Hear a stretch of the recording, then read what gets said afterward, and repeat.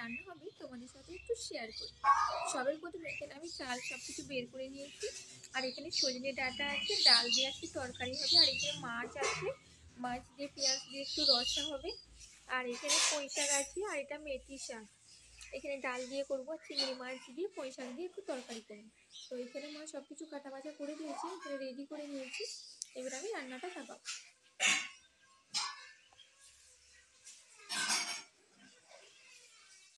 সজনে ডাঁটাগুলো সবের থেকে একটু কড়াই তেল আর সামান্য পরিমাণ নুন আর হলদি দিয়েছি, দিয়ে আমি ডাঁটাগুলো ভালো করে ভেজে নেব।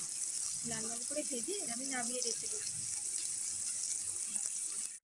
তরকারি পেঁয়াজ শুকনো লঙ্কা আর তেজপাতা দিয়ে দিয়েছি, ভালো করে লাল লাল করে নিয়ে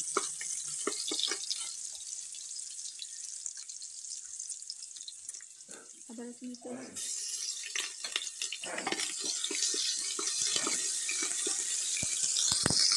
আমি এখানে ডাল দিয়ে সজনে ডাঁটা দিয়ে তরকারি করবো, তার ডালটা আগে ভালো করে নিচ্ছি। তো আমি এখানে ডালটাও দিয়ে দেবো, দিয়ে ভালো করে এটা কষে নেব। আমি এখানে সব কিছু মশলা দিয়ে দিয়েছি, নুন হলদি লঙ্কা জিরে ধনে সব কিছু দিয়ে নিয়েছি, আর ভালো করে এটা কষে নেব।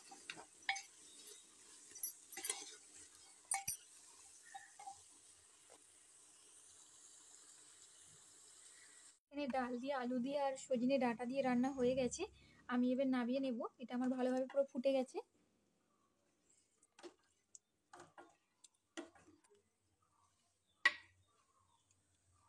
মাছের ঝাল করার জন্য সবাই প্রথমে কড়াই তেল দিয়ে দিয়েছি, আর পেঁয়াজটা দিয়ে দিয়েছি। পেঁয়াজটা ভালো করে আমি লাল লাল করে ভেজে নেব। পেঁয়াজটা আমি এখানে ভালো করে লাল লাল করে ভাজার পর আমি এখানে আদা রসুনের পেস্ট দেবো।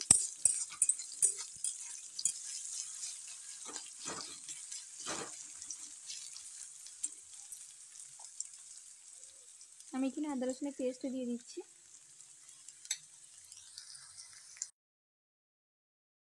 আমি এখানে আদা রসুনের পেস্টটা দিয়ে ভালোভাবে লাল লাল করে ভেজে নেব।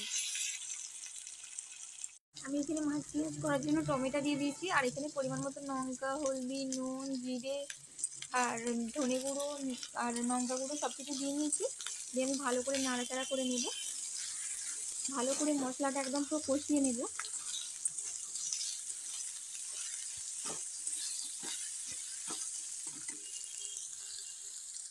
তো আমার এখানে মাছের ঝালটা হয়ে গেছে, এবার আমি নামিয়ে নিয়েছি।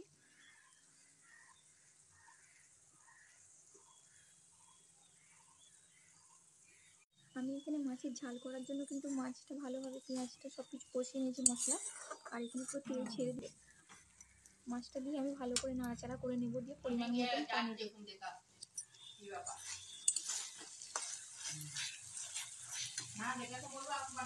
এখানে আমি মাছটা দিয়ে দেবো।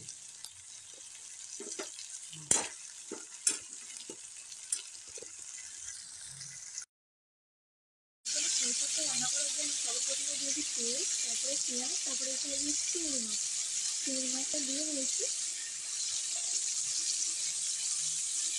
এখানে আমি আদা রসুনের পেস্ট দিয়ে দেবো।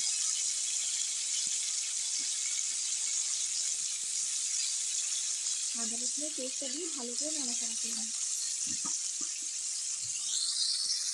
এখানে সব কিছু মশলা দিয়ে নিয়েছি। সর্বপ্রথমে আমি নুন দিয়েছি, তারপরে জিরে, তারপরে ধনে, তারপরে লঙ্কা গুঁড়ো, তারপরে হলদি গুঁড়ো দিয়ে ভালো করে দিয়ে নিয়েছি। দিয়ে এগুলো ভালো করে আমি মিক্স করে নেব। আমি কিন্তু এটা আস্তে আস্তে আঁচে ভালোভাবে করে নেব। ঢাকা দিয়ে করবো, নাহলে কিন্তু এই ডাঁটাগুলো একটু সেদ্ধ হবে না।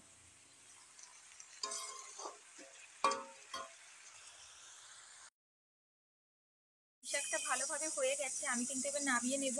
আর আমি ওপর থেকে শুধু বড়ির গুঁড়ো দিয়েছি, আর কিছু দিইনি, আমি নামিয়ে নিয়েছি এবার। আর পুঁই শাকে কিন্তু ভাজা বড়ি দিলে কিন্তু খুবই টেস্ট হয়, আর খুবই ভালো হয়েছে। আমি একদম পুরো শুকনো করেছি।